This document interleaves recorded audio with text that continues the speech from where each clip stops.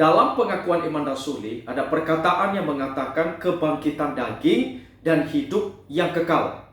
Saudara-saudara, apa penghiburan kita dari kebangkitan daging atau tubuh?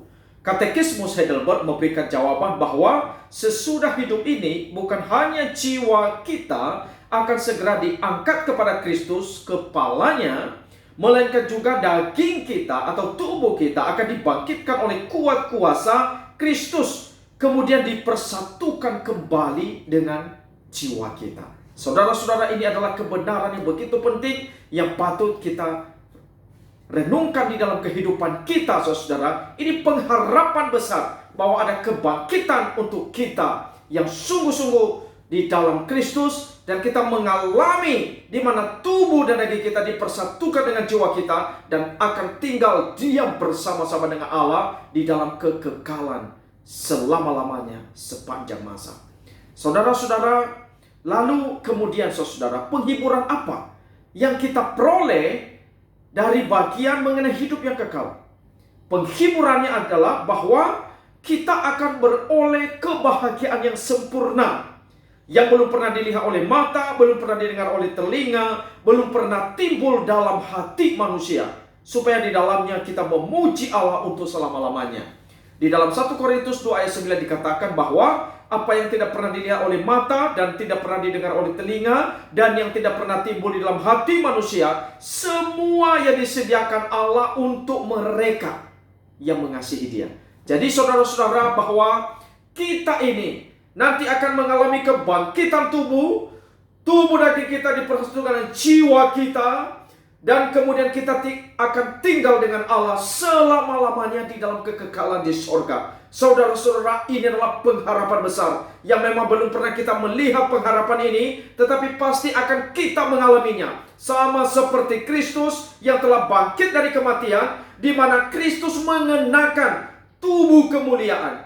Tubuhnya itu dibangkitkan, tetapi tidak lagi sama seperti kualitas tubuh yang kita kenakan seperti saat daging saat ini, tapi akan mengenakan tubuh kemuliaan. Dan tubuh kemuliaan ini nanti akan tinggal bersama-sama dengan Allah selama-lamanya di sorga. Saudara-saudara, itu sebabnya meskipun hari ini di dalam dunia banyak kesulitan, banyak penderitaan, banyak pergumulan, banyak air mata kita teteskan, tetapi saudara-saudara, jikalau kita sedang menderita oleh karena kita sedang memperjuangkan kehendak Allah, oleh karena kita sedang berusaha memuliakan Allah, oleh karena kita sedang mengerjakan keselamatan kita, saudara-saudara, biarlah kita tidak putus asa. Sebab apa yang kita perjuangkan tidak pernah menjadi sia-sia. Yesus Kristus teladan agung kita. Dia telah menderita bagi kita di dalam dunia ini. Dia sudah mengalami kesulitan yang begitu besar. Penderitaan apa yang tidak dialami oleh Kristus? Penolakan dialaminya, kebencian dialaminya, musuh-musuh yang membencinya begitu banyak,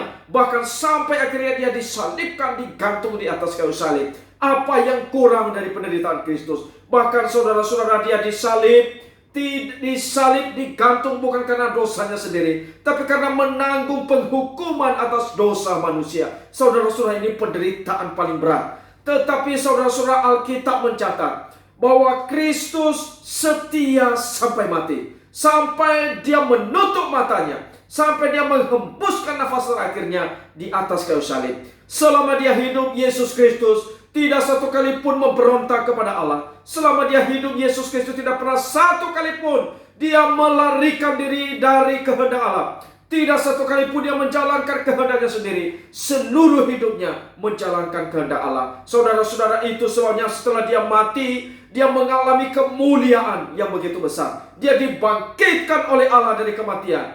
Dia kemudian naik ke surga, duduk di sebelah kanan Allah yang Maha Kuasa. Dia mendapat kemuliaan yang begitu besar. Saudara-saudara, dia mendapat tempat paling tinggi. Oleh karena apa, saudara?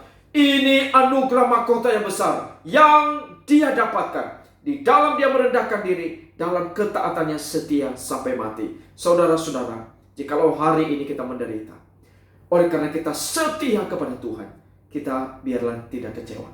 Kalau hari ini dalam dunia kita banyak menderita, biarlah pandangan kita tidak hanya melihat dunia yang sementara ini, tapi mari kita melihat kekekalan. Mari kita melihat ke depan. Mari kita melihat perkara-perkara rohani yang di sorga.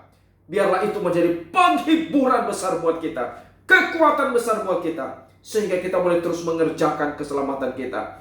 Tidak membuat kasih karunia yang dianugerahkan oleh Allah buat kita menjadi sia-sia, tapi kita sungguh-sungguh mengerjakan kasih karunia ini, dan kita terus setia sampai akhir. Bahkan kita boleh terus meneladani Kristus, teladan agung kita yang memimpin iman kita, memimpin hidup kita sampai berjumpa dengan Allah di surga. Saudara-saudara, selamat mengerjakan keselamatan kita masing-masing.